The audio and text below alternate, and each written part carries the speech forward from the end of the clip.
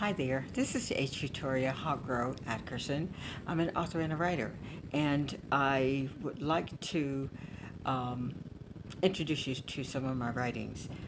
If you haven't heard, I do historical fiction, and I have to say that I like to do it with a sense of humor and an appreciation for human interactions, which sometimes become difficult, but I try to write people through those emotions, and hopefully, in some way, they will apply to their own lives. Because I think I do romantic fiction, and uh, I think you'll love some of these books because the stories are based on real experiences. What I love to do most is to do a lot of research, and I love to do personal interviews of people that I meet just to get their personal stories to find out how they got where they are at this point in their lives and how they met the person in their life. So I think it's really important, and it's really cool to hear some of these stories. They're really great. There are times when I use parts of their stories in my writing,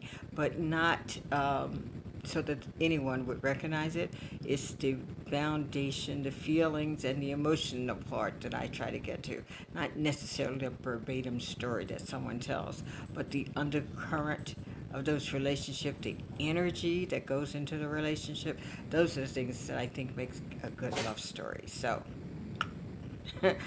so you know, when you read my books, they are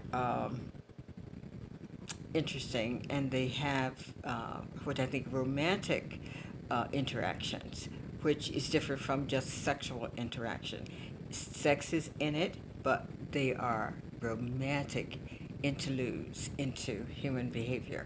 So take a look at them. I think you're going to love them. One of the first ones that I republished was uh, this one, which is Stones Along the Path, Part 1 and Part 2. And we have Part 3 coming out hopefully by the end of the year. We're working on that one, okay?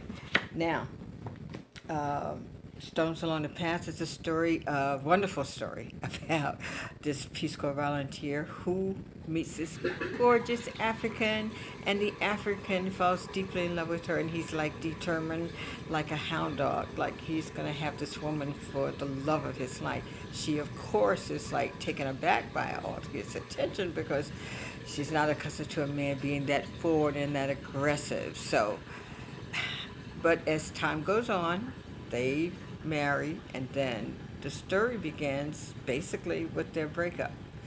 Because of their cultural differences, they come to a standstill, and we get all kind of interpersonal interactions, and the whole story goes from Africa to America, back to Africa, then America. I mean, it's a bicontinental relationship, and it's also an intergenerational relationship because their love affects everyone around them.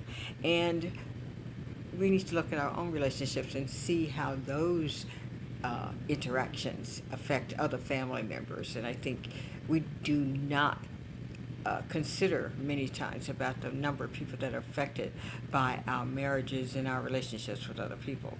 So, Stones Along the Path would give you a good idea of how that happens, okay? Now, the next one would be Walking Among the Kudzu. We talked about this a couple of days ago, along with Bottom Up Bottom, because these two books are based in Atlanta, and it talks a great deal about living under segregation, and it also talks about the civil rights movement. These two books are really great, especially now because of all the nonsense we're getting from the White House, and that person who's occupying the presidential chair. He needs to be removed, and we need to start a petition to get him out of there because he has just gone off the deep end by declaring that the Nazis and the KKK are good people. Like, how do we get here? Tell me that. How do we get from Barack Obama to Donald Trump? This absolutely inept person. And I keep hearing Barack Obama's words saying over and over again, America, this man is not qualified to be president. Why didn't we listen? Why did we do this? It's absolutely insane to even consider that this is happening.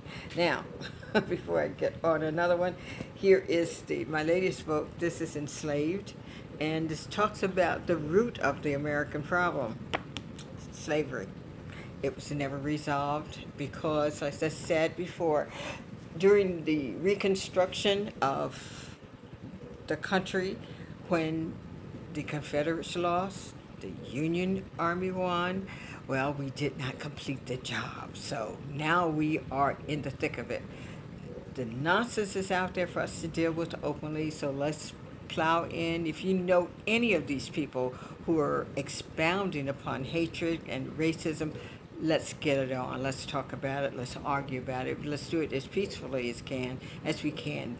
Do it in your churches. Do it in your schools. Wherever you meet racism, let's deal with it. It's bound to be resolved that way. It can only be resolved that way. America has to face what it's been putting off for hundreds of years. So let's get it done. Okay, folks? Now be sure to look at my books. They're all on Amazon.com and at Barnes & Nobles, and you can get them on Kindle. You can also get them at my website. So check it out. And enjoy your life. And as always, one of the things that keeps us going and keep us motivated is that we love people, not hate. We love people. So find someone to love. Find someone to love. Oh, you haters, you racists, find someone to love. Put your positive energy into the atmosphere and into the world and in the cosmos. And love someone special. And love to you. God bless and take care.